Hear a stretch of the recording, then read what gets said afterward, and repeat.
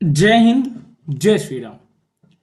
तो आज से हम आप क्लास 8 की ज्योग्राफी स्टार्ट करने वाले हैं। हमारे क्लास 6 की लगभग ज्योग्राफी का सभी चैप्टर खत्म कर दिए हमने। अब हमारी क्लास 8 की भी ज्योग्राफी, क्लास 7 की भी, क्लास 9 10 इस तरह से 6 to 12 तक की ज्योग्राफी, पॉलिटी, हिस्ट्री और आपकी सिविक्स पूरा का पूरा हम कंप्लीट करवाने का जिम्मेदारी लेते हैं। और आपको पढ़ने की जिम्मेदारी आपके ऊपर, ठीक है। तो चलिए सबसे पहले ये देखते हैं। आप ये सोशल साइंस की बुक्स देखे होंगे। पहला चैप्टर आपका कौन सा है? रिसोर्सेज। हम आपको बता दें क्या क्या पढ़ाने वाले हैं हम। सबसे पहले हम आपको पढ़ाएंगे साहब क्या, अध्ययन। अध्याय 1 का कौन सा है? संसाधन, जिसे आप हिंदी में कह सकते हैं या फिर इंग्लिश में कह सकते हैं उसको रिसोर्सेस। दूसरा चैप्टर आपका कौन सा है? दूसरा चैप्टर आपका है land, soil, water, natural vegetations and wild life resources. आपका फिर तीसरा चैप्टर कौन सा है? Mineral and power resources. फिर आपका चौथा चैप्टर आपका एग्रीकल्चर यानी कृषि, जिसे कृषि तो आप सब लोग करते होंगे, घर में करते होंगे, कभी ना कभी तो किया ही होगा कृषि। तो आपका है चौथा चैप्टर। ठीक है। पांचवा चैप्टर आपका पूरा का पूरा उद्योग के बारे में हम पढ़ेंगे कि उद्योग क्या होता है, आपका इंडस्ट्रीज पूरे पढ़ेंगे। और सिक्स चैप्टर आपका ह्यूमन रिसोर्स। इस तरह के आपके 6 के 6 चैप्टर आपके दिए गए हैं, ठीक है। हाँ, सबसे पहले स्टार्ट कहाँ से करेंगे अपन? रिसोर्सेज क्या होते हैं, टाइप्स। इस चैप्टर में क्या क्या पढ़ना है हमको? Resources, types of resources, natural resources, human resources और human resources, renewable and non renewable resources. ठीक, तो चलिए स्टार्ट करते हैं। सबसे पहले हम डिफिनेशन देखेंगे रिसोर्सेज की क्या होती है, जो कि आपकी एनसीईआरटी में डायरेक्ट दी गई है डिफिनेशन की। ये डिफिनेशन क्या होती है? सबसे पहला डिफिनेशन का आपका है, यहाँ पास है एक वस्तु, ठीक है, एक वस्तु जिसका उपयोग आवश्यकता को पूरा करने के लिए किया जाता है, वो क्या कहलाता है आपको? Resources. Anything that can be used to fulfil a requirement, वो क्या कहलाता है आपका? रिसोर्सेस। रिसोर्सेस जैसे कि आपको पता होगा कि जैसे आपके घर में आप अगर सुबह देखोगे तो आप उठोगे भैया, आपके घर में जो खाने पीने की चीज़ें वो सब आपकी रिसोर्सेस में आते हैं, ठीक है। आप जो यूज करते हो कोई चीज़ें, जैसे बाइक वगैरह है, आप कहीं घूमने जा रहे हो तो वो आपका रिसोर्सेज कहलाएगा, ठीक है। आपके कपड़े लेते, ये सब क्या कहलाएगा? आपके जो उपयोगी, सबसे अच्छी डिफिनीशन ये आपकी, the useful of an object make it's resource. जो हम यूज करते हैं, कोई भी चीज़ यूज कर रहे हैं, जैसे आप पढ़ाई कर रहे हैं तो आप किसका यूज कर रहे होंगे? कॉपी, पेन, ये सब आप किसके किसके पार्ट है? आपके रिसोर्सेज के पार्ट है। जैसे आपके फैन वगैरह हवा ले रहे हो तो वो रिसोर्सेज के पार्ट है। तो जितनी भी चीजें हैं जिसका हम यूज करते हैं वो सब क्या कहलाता है? रिसोर्सेज। रिसोर्सेज या फिर संसाधन।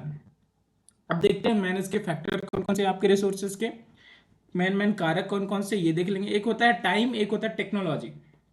देखो, टाइम यानी समय, समय के साथ कैसा रिसोर्सेस चेंजेस होते रहते हैं, ये होता है एक। और किसी विचार या आविष्कार पर एक मात्र अधिकार, वो क्या कहलाता है आपका? पेटेंट। ठीक है। जैसे पेटेंट क्या होता है कि कोई चीज जैसे आपने बनवा ली, ठीक है, जैसे आपने एक ड्राइंग बना दी, ठीक, उसकी तो सब कॉपी करके वो कर सकते हैं ना, बोल देंगे कि हमने बना, कैसे पता कि वो आपने ही बनवाया, वो डिजाइन आपने ही दिए? तो उसका लोग क्या करवाते हैं? पेटेंट करवाते हैं। गवर्नमेंट अथॉरिटी में आप किसी भी चीज को पेटेंट करवा सकते हैं, ठीक है। जैसे कि आप कार की डिजाइन कर दी, आपने बाइक की डिजाइन करवा दी, या फिर आपने कोई चीज ऐसी बना दी, कार बाइक अपने डिजाइन करके बना दी, ठीक है, कोई खिलौना बना दिया आपने, तो उसका आप पेटेंट करवा सकते हैं, कोई भी चीज। तो उसका क्या होगा, आपको जो कॉपी करने के लिए जाएगा तो उसमें आपकी अथॉरिटी रहेगी कि पेटेंट बाई सिविल इंसाला, पेटेंट बाई जो आपका नाम होगा, राम खिलावन, राम सरोज, जो भी होगा, रामकली, कुछ भी होगा, वो किसके पेटेंट में होगा? आपके तब पर। जैसे आपने मान लीजिए कोई एक खिलौना बनाया, कार ही बनाया खिलौने में, ठीक है, कार की डिजाइन बहुत यूनिक टाइप की हो गई, ठीक, तो उसका उसका आपको क्या करवाना पड़ेगा? गवर्नमेंट अथॉरिटी में जाके पेटेंट करवा लेंगे। तो उससे क्या होगा कि आपके पास कॉपीराइट आ जाएगा। कि कॉपीराइट मतलब कि आपकी ये कॉपी कोई नहीं कर सकता, ठीक है। अगर कॉपी करना होगा तो आपसे परमिशन लेगा, आप उसको अपनी अथॉरिटी देंगे तब वो आपको कॉपी देगा, उसके साथ साथ आपको पैसा मिलेगा, ठीक है, उस पेटेंट का। तो ये होता है आपका patent. Sole right over an idea और इन्वेंशन, वो क्या कहलाता है आपका? पेटेंट। किसी विचार आविष्कार पर एकमात्र अधिकार आपका क्या कहलाता है? पेटेंट।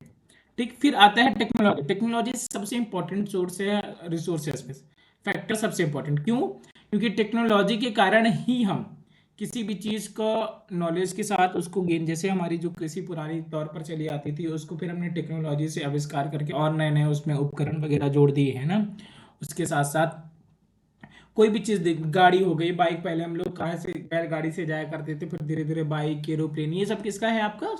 टेक्नोलॉजी के। फैन आ गया, पहले फैन वगैरह नहीं था, ये सब किसके कारण है? टेक्नोलॉजी के कारण।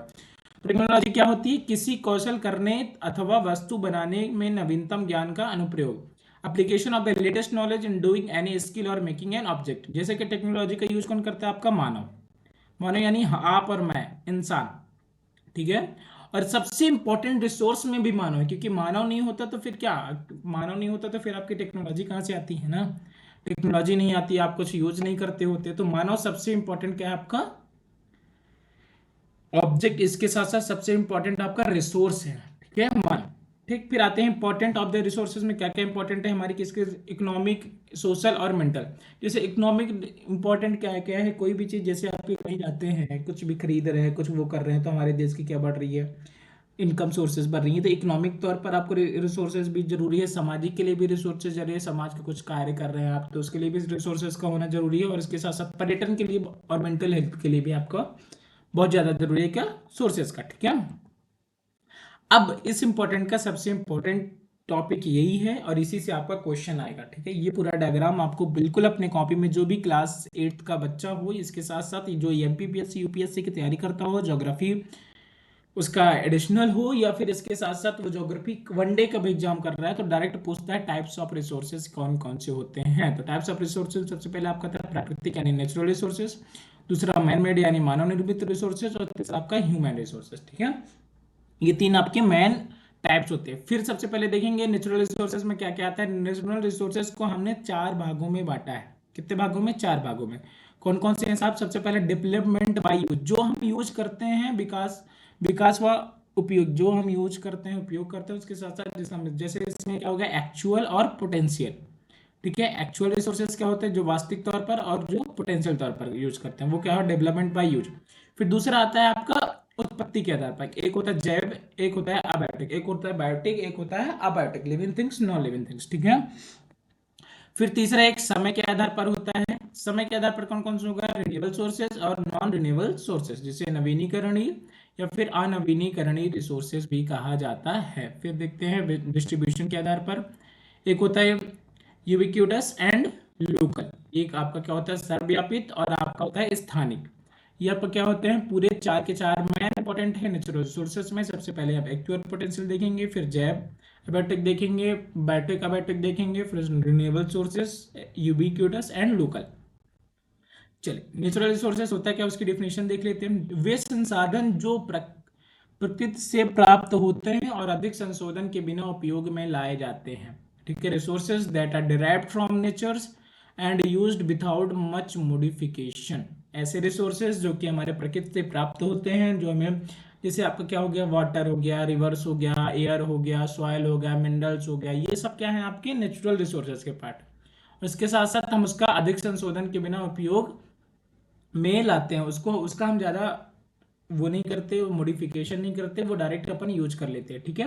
तो वो क्या कहलाता है? आपका नेचुरल रिसोर्सेज। एग्जांपल में क्या क्या? आपका एयर, वाटर एंड आपका मिनरल, ठीक। इस तरह से आपके क्या हो गए? ये रिसोर्सेज के पार्ट। हाँ, फिर देखते हैं कि इनमें से बहुत का प्रयोग करने के लिए समय और प्रौद्योगिकी की आवश्यकता, ऐसे बहुत सारे हैं जिसका हमें टाइम और टेक्नोलॉजी दोनों की यूज होगी नेचुरल रिसोर्सेज को यूज करने के लिए, है ना। जैसे क्या होता है कि मान लीजिए वाटर भी हो गया, वाटर आपका नॉर्मल, उसको प्यूरिफाई करने के लिए अपन को आरओ वगैरह ये सब लगा के उसका भी यूज करते हैं। इसके साथ साथ ऐसे बहुत सारे नेचुरल्स हैं जिनका हमें बहुत टाइम तक वेट करना पड़ता है, फिर यूज करते हैं, ठीक है।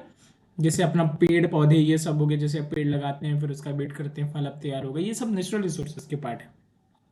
हाँ, फिर प्राकृतिक संशोधनों, संसाधनों का वितरण भूभाग, जलवायु, ऊंचाई जैसे अनेक भौतिक कारकों पर निर्भर करता है। The distribution of the natural resources depended on many physical factors such as the terrain, climate and altitude. जो हमारे प्राकृतिक संसाधन है, इसमें किसकी डिपेंडेंसी होती है सबसे ज्यादा? देखो, जो आपका तराइन क्षेत्र में होगा, ठीक है, जैसे भूभाग में होगा, तो उसका अलग टाइप का रिसोर्सेज हो। जो आपके क्लाइमेट, जलवायु के आधार पर होगा, उसमें अलग, जैसे आपके पेड़ पौधे दिखते हैं जो आपके भूभाग में होते हैं, जैसे आपके डेजर्ट वाले कैसे होते हैं? कैक्टस पेड़ पौधे होते हैं ना। क्लाइमेट जहाँ अच्छी होती है, वहाँ पास अच्छे अच्छे पेड़ पौधे आप देख सकते हैं। जहाँ एल्टीट्यूड के उस हिसाब से भी होते जाए, जैसे आप चले जाइए जम्मू कश्मीर का साइड चले, सेब वगैरह होंगे उधर, आम वगैरह आपके नहीं हो सकते, है ना। तो ये क्या है कि अपना नेचुरल रिसोर्सेज कुछ डिपेंड भी है, जैसे कि फिजिकल फैक्टर में आपका तराइन, क्लाइमेट एंड एल्टीट्यूड। फिर आगे देखेंगे पृथ्वी पर इन कारकों में विभिन्न होने के कारण संसाधनों का असमान वितरण पाया जाता है। जैसे the distribution of resources is unequal because this factor differ so much over the earth. जो हमारा पृथ्वी है इन पर बहुत सारे कारक के कारण आपको संसाधन जो है हमारे वो बहुत सारे आसमान वितरण पे मतलब डिफरेंट टाइप के पाए जाते हैं, ठीक है, क्योंकि डिफरेंट क्लाइमेट डिफरेंट मानसून का वो तो इसीलिए डिफरेंट है। सबसे पहले देखेंगे बेस्ड ऑन द डेवलप के आधार पर, जो हमने डेवलपमेंट किया उसके आधार पर कैसे एक एक्चुअल रिसोर्सेज एक पोटेंशियल रिसोर्सेज, ठीक है। वास्तविक रिसोर्सेज वे हैं जो संसाधन की जिनकी मात्रा ज्ञात हो, जैसे वो संसाधन कहाँ से आ रहे हैं तो उसकी हमें क्या हो ज्ञात, जैसे कि जर्मनी के रूर प्रदेश, पश्चिम एशिया में खनिज तेल, ठीक है, रूर प्रदेश यहाँ पास कोयला बहुत ज्यादा पाया जाता है। जर्मनी में, पश्चिम एशिया में क्या है खनिज तेल बहुत ज्यादा पाए जाते हैं हमारे, है ना, जैसे कतर साइड, ईरान साइड, इधर साइड आपके क्या है बहुत सारे तेल पाए जाते हैं। महाराष्ट्र का दक्कन पठार हो गया, काली मिट्टी के लिए जाना जाता है आपका, फेमस है। इस तरह ऐसे वास्तविक संसाधन जिनको हम जानते हैं, ठीक है, रिसोर्सेज जिनकी हम क्वांटिटी और उसके लिए जाना जाता है तो उसे क्या कहते हैं आपके एक्चुअल। पोटेंशियल वे संसाधन जिनकी संपूर्ण मात्रा में ज्ञात न हो सकती परंतु इन संसाधनों का उपयोग भविष्य के लिए, ऐसे संसाधन जिनका हमें ये नहीं है कि ये प्रेजेंट टाइम में हम उसका यूज कर रहे हैं बट उसके लिए क्या फ्यूचर के लिए उसका यूज कर सकते हैं, वो क्या होते हैं आपके पोटेंशियल, क्योंकि वर्तमान में हमारी प्रौद्योगिकी का स्तर इतना विकसित नहीं है and these are not been the use of present technology, ठीक है। हाँ, फिर देखते हैं बेस्ड ऑफ ओरिजिन के आधार पर abiotic and abiotic resources that are live, मतलब लिविंग थिंग्स जो आपके आती हैं वो आपके अबायोटिक, जैसे कि प्लांट, एनिमल्स, ये सब क्या होंगे आपके जैविक, ठीक है, क्योंकि ये सांस ले सकते हैं, ये बढ़ते हैं, प्लांट्स भी बढ़ते हैं, प्लांट भी सांस लेते हैं। ऐसे कोई बोल दे कि नहीं प्लांट तो नहीं है भैया, कहाँ सांस ले रहा है, उसके नाक कहाँ है, उसके कान कहाँ है ना, कहाँ से गैस वो निकाल रहा है, कार्बन डाइऑक्साइड क्या कर रहा है, कार्बन साइड लेता है भैया और ऑक्सीजन देता है। अगर प्लांट ना हो ना तो आप नहीं हो, इसीलिए कहते हैं पेड़ एक एक तो लगाओ, जरूर लगाओ अपने जीवन में, बड़े हो गए तो आम खाने को तो मिलेगा। अरे एनिमल्स, एनिमल्स में हम सब एनिमल्स हैं, तो हम भी क्या है किसके अंदर आते हैं आपके बायोटिक। ये आपका इंग्लिश में थोड़ी मिस्टेक लिखा है, यहाँ पास बायोटिक होगा, मैं आपको बता देता हूँ ये बायोटिक का है, ये नहीं लिखेगा यहाँ पास, है ना, इसको वो कर दो, नहीं आप लोग थोड़ी कंफ्यूज हो जाएंगे, ठीक। यहाँ पास ये आपका क्या है बायोटिक, ठीक। तो ये बायोटिक रिसोर्सेज समझ में आ गया आपको। अब देखते हैं अबायोटिक रिसोर्सेज, ऐसे संसाधन जो निर्जीव होते हैं उन्हें क्या कहा जाता है अबायोटिक रिसोर्सेज, ठीक है। वो किसके पार्ट हैं आपके अबायोटिक रिसोर्सेज के, वो किसके पार्ट हैं आपके अबायोटिक रिसोर्सेज के। ऐसे संसाधन जो आपके वो रहते हैं वो किसके पार्ट होते हैं आपके बायोटिक रिसोर्सेज के। अबायोटिक रिसोर्सेज में क्या कहते हैं resources that are inanimate such as soil, rock, minerals, जो आपके सॉयल हो गया, रॉक्स हो गया, मिनरल्स हो गया, ये सब किसके पार्ट हैं आपके अबायोटिक रिसोर्सेज के, ठीक। हाँ, फिर समय अवधि के आधार पर based on the time period, renewable sources, ये सबसे इंपॉर्टेंट यही है जो आपके डायरेक्ट क्वेश्चन में पूछेंगे, रिन्यूएबल नॉन रिन्यूएबल सोर्सेज, ऐसे संसाधन जो कि हमें रिन्यू या फिर रिप्लेसमेंट करवा सकते हैं तुरंत, जैसे कि वे संसाधन जो शीघ्रता से नवीकृत अथवा पुनः पूरित हो जाते हैं, वो कौन से होते हैं आपके रिन्यूएबल सोर्सेज, जिसका हम रिन्यू कर सकते हैं। कहते हैं ना कि जैसे वाइंड एनर्जी होगी, बहुत है भाई, इसकी कोई लिमिट नहीं है, जो अनलिमिटेड है। सोलर एनर्जी जो हमारे सन से आ रही है, इसका कोई लिमिट नहीं भैया, इसको आप यूज करते रहो। वाटर का भी कोई लिमिटेशन नहीं है, ठीक है। एक चीज मैं आपको बता दूं, वाटर हमारे जो पूरे अर्थ में वो ना कभी बढ़ता है ना कभी घटता है, ठीक है। ऑन एवरेज जो पूरा वाटर है वो आपके पूरे समुद्र हर जगह का मिला के पूरे अर्थ में ना वाटर कभी बढ़ता है ना वाटर कभी घटता है। जैसे एनर्जी कहते हैं ना, energy one form to another form हो जाती है, बट वो नहीं होती, घटती ना बढ़ती, उसी तरह आपका पानी है, ठीक है। क्योंकि पानी समुद्र से वेपोराइज उसके ऊपर जाता है, बादल बनता है, फिर भैया फिर गिर जाता है, तो इसी तरह इक्वल रेशियो चलता है, ठीक है।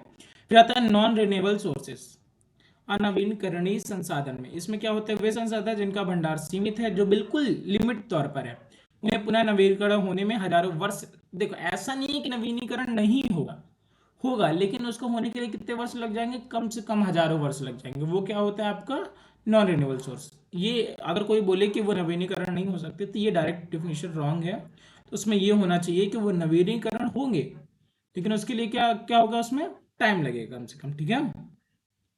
यह अवधि मानव जीवन की अवधि से बहुत अधिक होती है, इस कारण उन्हें अनवीकरण, ये मतलब कि जैसे हमारे मानव जीवन है कि ये कभी 100 साल के लिए तो होते हैं गिनते, फिर उनका पुनर्जन्म हो जाएगा, बट इनका नहीं, इनका हजारों लाखों लाखों साल लग जाते हैं, उसके बाद इनको पूरा हो। जैसे कि कौन कौन से वो कौन से होते हैं, कोल हो गया, पेट्रोलियम हो गया, नेचुरल गैसेस हो गया, इसीलिए कहते हैं ये लिमिट में यूज करिए। इसलिए हमारी जो गवर्नमेंट है ये डायरेक्ट कहती है कि आप इसको क्या करिए, लिमिट में यूज करिए, है ना। नहीं ये खत्म होने पाए तो फिर हो गया सब खत्म।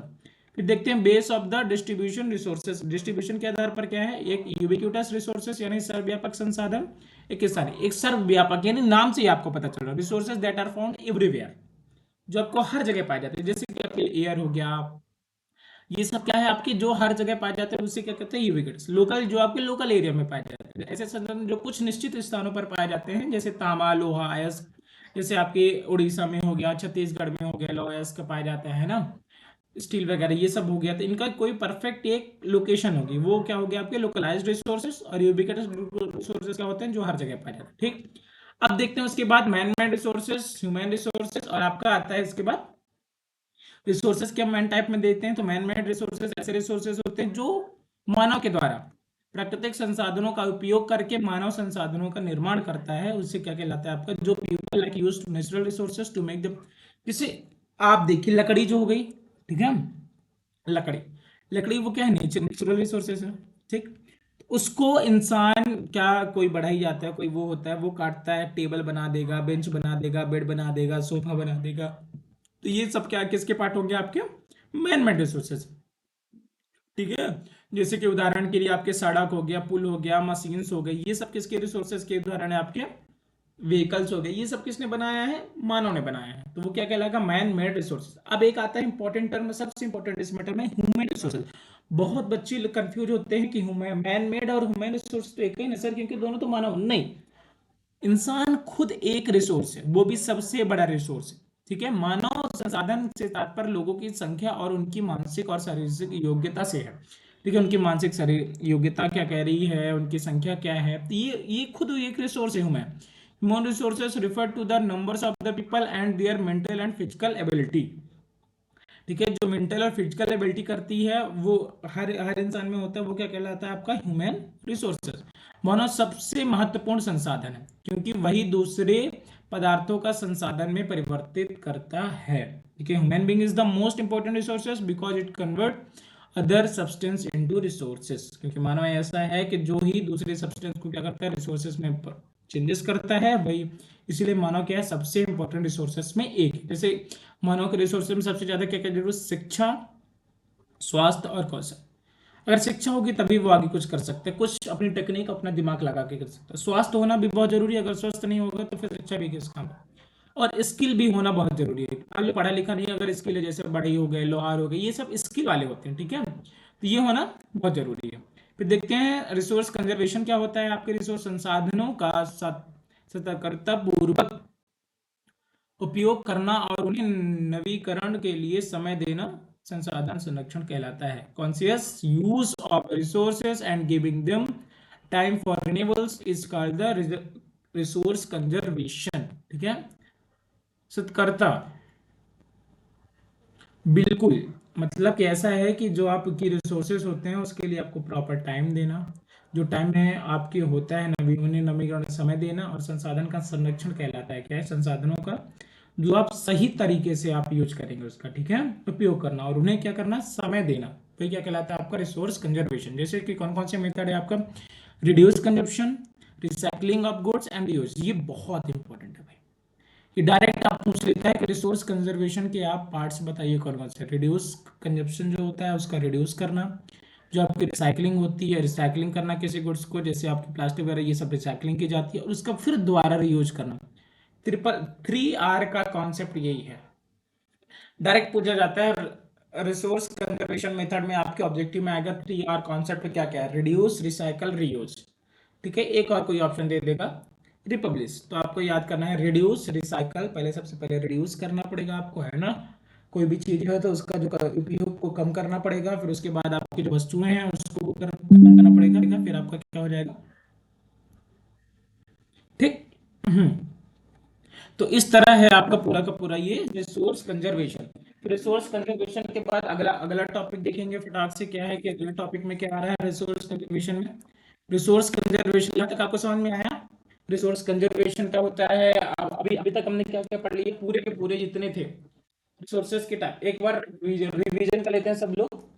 हाँ, सबसे पहले हमने देखा कि रिसोर्सेज क्या होते हैं, यूजफुल थिंग्स जो हम यूज करते हैं वो हमारे रिसोर्सेज के पार्ट है। रिसोर्सेज के आपने टाइप देख लिया, natural resources, human made resources, human resources, है ना, ये सब आपने टाइप देख लिया। फिर उसके बाद आपने क्या देखा कि नेचुरल रिसोर्सेज के टाइप देख लिए आपने, रिन्यूएबल, नॉन रिन्यूएबल, यूबिकस, लोकस, है ना, एक्चुअल, पोटेंशियल।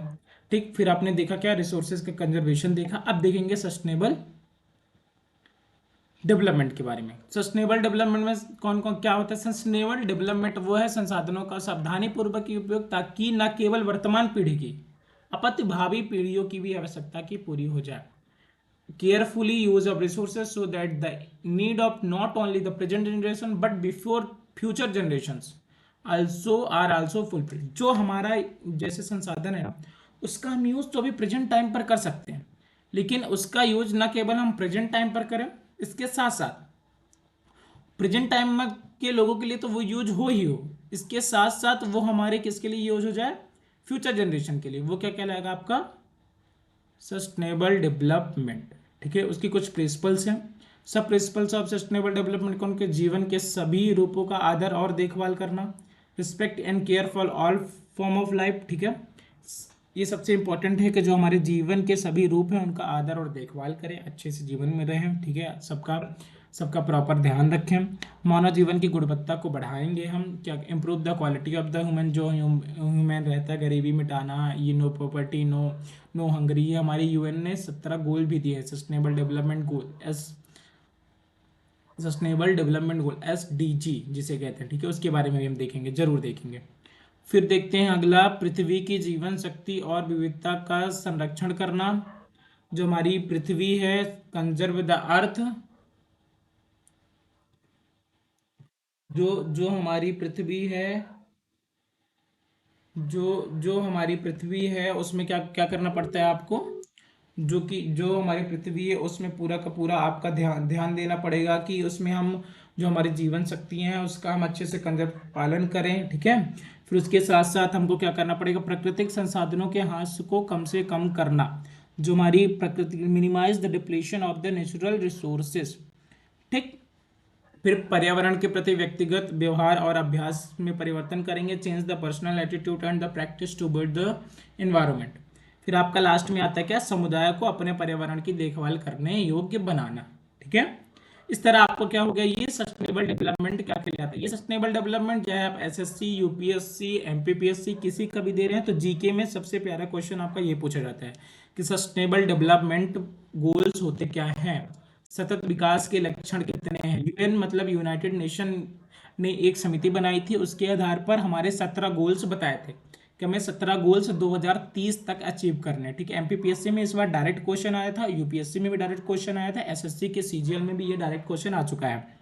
ठीक, तब देखेंगे कि ये 17 गोल्स कौन कौन से, ये याद करना, डायरेक्ट पूछ लेता है, आप बताइए हमारे जो 17 गोल्स हैं उसमें से दूसरा गोल्स कौन सा है। तो दूसरा गोल कौन सा है, सबसे पहले देखेंगे, एक एक करके गोल देखते हैं। नो पॉवर्टी, नो पॉवर्टी मतलब हमें पूरी तरह से गरीबी को हटाना है। हमारे देश में जितने भी गरीब है उनको सबको 2030 तक क्या करना है, गरीबी हटाना। जीरो हंगरी मतलब जीरो हंगर, अगर गरीबी हटेगी तभी तो भुखमरी भी हटेगी, इसलिए जीरो हंगर। फिर तीसरा, good health and well beings, जो हमारी हेल्थ है उसको क्या करना है, बिल्कुल गुड, अच्छी तरीके से रखना है, जिससे हम बिल्कुल पूरी तरह अच्छे रहें, स्वस्थ रहें, तभी तो हमें क्वालिटी एजुकेशन मिलेगी। याद करने का सबसे, मेरे साथ आप बोलते जाए, पहले हमें क्या है, देखिए कोई बंदा गरीब है तो उसको गरीबी गरीबी हटाएंगे, गरीबी कैसे हटेगी, उसके बाद क्या करना है, हंगरी, गरीबी हटेगी तो भुखमरी भी हटेगी, भुखमरी भी हटेगी तो क्या, उसका क्या, स्वास्थ्य बढ़िया रहेगा। आदमी जब खाएगा पिएगा तभी तो मस्त रहेगा। हाँ, जब खाएगा पिएगा तभी, जब खाएगा पिएगा मस्त रहेगा तो भैया उसको क्वालिटी एजुकेशन भी तो मिल जाएगी, पढ़ेगा लिखेगा, जब मेंटल स्थिति ठीक है तभी तो पढ़ेगा लिखेगा। जब वो पढ़ेगा लिखेगा तभी तो वो सोचेगा ना कि जेंडर में इक्वलिटी होगी, पुरुष और महिला दोनों बराबर हैं, किसी को आगे ना दिया जाए, ना पुरुष को आगे बढ़ाया जाए ना महिला को। तो 5वां गोल कौन सा आपका, जेंडर इक्वलिटी। फिर छठा, जब जेंडर इक्वलिटी भी उसके साथ आ गए तो फिर छठवें में क्या भैया, हमें पानी तो स्वस्थ पियेंगे, पानी तो हमें स्वस्थ दो, अच्छा पानी दो भैया, क्लीन है बिल्कुल। तो छठा गोल आपका क्या है, क्लीन वाटर।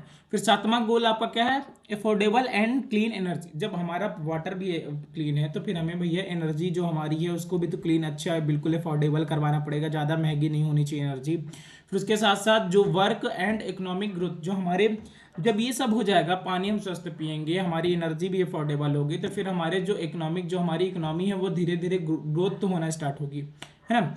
इकोनॉमिक ग्रोथ होगी तो इकोनॉमिक किसके कारण ग्रोथ होगी, आपके 9th नंबर पे इंडस्ट्री के कारण, इनोवेशन के कारण, इंफ्रास्ट्रक्चर के कारण। ठीक, फिर 10वें नंबर पर आता है रिड्यूस इनक्वालिटी, जो हमारे भेदभाव है, गरीबी अमीरी। वैसे देखा जाए ना तो रियल में देखा जाए कोई जाति पाति नहीं होती, कोई लिंग विंग स्त्री पुरुष में ये सब भेदभाव नहीं होना चाहिए। प्रेजेंट टाइम पर सिर्फ दो जाति हैं, कौन कौन सी, एक गरीबी और एक अमीरी। ये भी धीरे धीरे अब कम करना चाहिए, सबको बराबर सम्मान देना चाहिए, ना कोई बड़ा है ना कोई छोटा है, ठीक है, सब इंसान है, इंसानियत सबसे, कहते हैं ना सबसे ज्यादा जरूरी क्या है, इंसानियत। इंसानियत से बड़ा कोई भी धर्म नहीं, कोई धर्म नहीं होता भैया, सबसे बड़ा धर्म आपका कौन सा है, इंसानियत। इंसानियत बना के रखिए, ठीक। फिर उसके बाद देखेंगे 11वें नंबर पर सस्टेनेबल सिटीज एंड कम्युनिटीज। फिर 12वें नंबर पर आपका क्या था, रिस्पॉन्सिबल कंजप्शन एंड प्रोडक्शन। जो जो हम कंजप्शन कर रहे हैं, जितना कंजप्शन कर रहे हैं उसके हिसाब से हमें प्रोडक्शन भी करना चाहिए, हमारे 12, नहीं तो आपके जीवन के 12 बच जाएंगे, है ना। 12 से याद करने का तरीका कि अगर प्रोडक्शन प्रॉपर नहीं होगी और आपका कंजप्शन प्रॉपर नहीं होगा तो फिर आपके 12 बच जाएंगे, ठीक।